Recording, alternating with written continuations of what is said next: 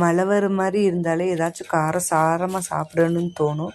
மழை வருதோ இல்லையோ நம்ம சாப்பிடணும் அப்படின்னு சொல்லிட்டு ஒரு 3 உருளைக்கிழங்கு எடுத்து சரி ஃபிங்கர் பொட்டேட்டோ பண்ணலாம் அப்படின்னு சொல்லிட்டு அதை நான் கட் பண்ணி தொலியெல்லாம் சீவி அதை நல்லா கழுவி எடுத்து வச்சுக்கிட்டு குட்டி குட்டியாக அது எப்படி எந்தளவு சேஃபாக கட் பண்ணணுமோ அந்த மாதிரி எனக்கு தெரிஞ்ச அளவு நான் இப்போ தான் ஃபிங்கர் பொட்டேட்டோ பண்ணுறேன். நான் பண்ணதே இல்லை.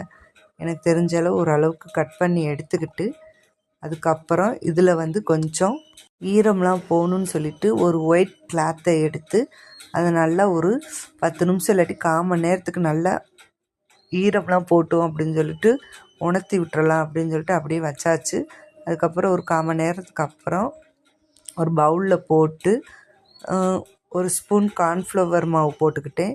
அதுக்கப்புறம் கொஞ்சமாக லைட்டாக உப்பு போட்டு அதை நல்லா பெரட்டி எடுத்து வச்சுட்டு ஆயில் ஹீட் ஏறினதுக்கப்புறம் இதை அப்படியே கொஞ்சம் கொஞ்சமாக போட்டு நல்லா முறுன்னு வர்ற அளவுக்கு 2 பக்கமுமே நல்லா முறுன்னு வரணும். அந்த அளவுக்கு நல்லா போட்டு பெரட்டி எடுத்து வச்சாச்சு.